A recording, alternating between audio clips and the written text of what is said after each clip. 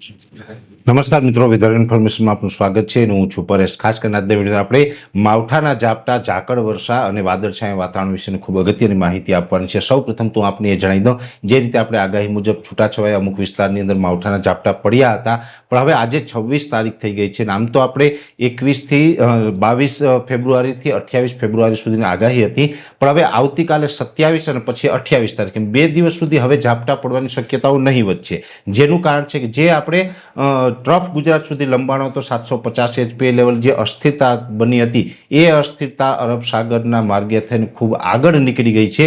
એટલે હવે આપણે માવઠાના ઝાપટામાંથી મુક્તિ પણ મળશે. અત્યાર સુધી જે માવઠાના ઝાપટા છેલ્લા 4-5 દિવસ દરમિયાન આપણે અલગ અલગ વિસ્તારોમાં જોયા છે, એ માવઠા ચોક્કસથી પડ્યા છે, પણ હવે આવતીકાલથી આ માવઠાના ઝાપટામાંથી મુક્તિ મળશે. આવતીકાલથી કદાચ એકાદ સેન્ટરમાં કદાચ ઝાપટું પડે તો એ વાત અલગ છે, બાકી આવતીકાલથી ઝાપટા જોવા નહીં મળે તેવું વ્યક્તિગત મારું પ્રિડિક્શન છે, મારું અનુમાન છે. બીજી વાત એ કરવાની છે કે વાદળછાયું વાતાવરણ, આમ તો ભલે માવઠાના ઝાપટામાંથી મુક્તિ મળે, પણ હજુ પણ રાજ્યના અલગ અલગ વિસ્તારોની અંદર લગભગ 4 અથવા તો 5 માર્ચ સુધી વાદળછાયું વાતાવરણ છૂટાછવાયા કોઈ વિસ્તારની અંદર જોવા મળશે. અમુક વિસ્તારની અંદર અતિ ઘાટા વાદળ પણ જોવા મળે તેવી શક્યતાઓ છે. અને અતિ ઘાટા વાદળ જોવા મળે તો સ્વાભાવિક રીતે અમુક જગ્યાએ જે જીરુનો પાક અત્યારે તૈયાર થઈ ગયો છે એના ઉપર પણ એની માઠી અસર પડી શકે છે. બીજા નંબરની અંદર ઝાકળ આમ જોવા જઈએ તો પવનની જે ઝડપ છે એ ભલે નોર્મલ રહેવાની છે, પવનની ઝડપમાં કોઈ વધારો નથી થવાનો, પણ પવનની દિશા છે એ બદલાવાની છે. જે અત્યારે પવનની દિશા છે એમાં આરબના પવનો ખાસ વધારે ચાલે તેવી શક્યતાઓ છે. આરબના પવન એટલે કે ઉત્તર પશ્ચિમ દિશાના વાયવ્યના પવનો ચાલે,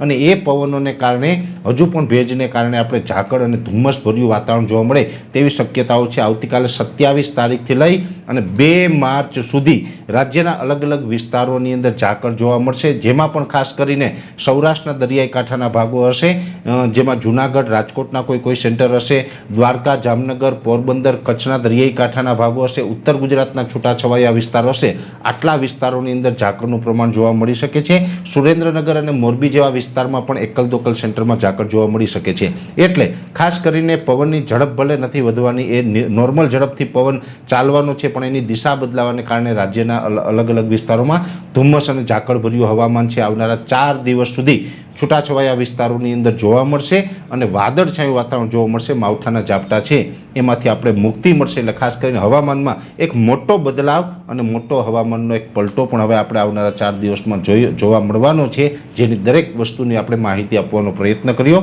વિશેષ માહિતી છે નેક્સ્ટ વિડીયોમાં આપવામાં આવશે. અત્યારે આ વિડીયોની અંદર એટલું જ. અંતમાં દરેક મિત્રોને વિનંતી રહેશે, વિડીયોને લાઈક આપીને દરેક ગ્રુપમાં શેર કરી દેવો. જો તમે અમને યુટ્યુબ ઉપર જોઈ રહ્યા હોય તો ચેનલને સબસ્ક્રાઈબ કરજો અને અમારા ફેસબુક પેજને ફોલો કરજો. નમસ્કાર.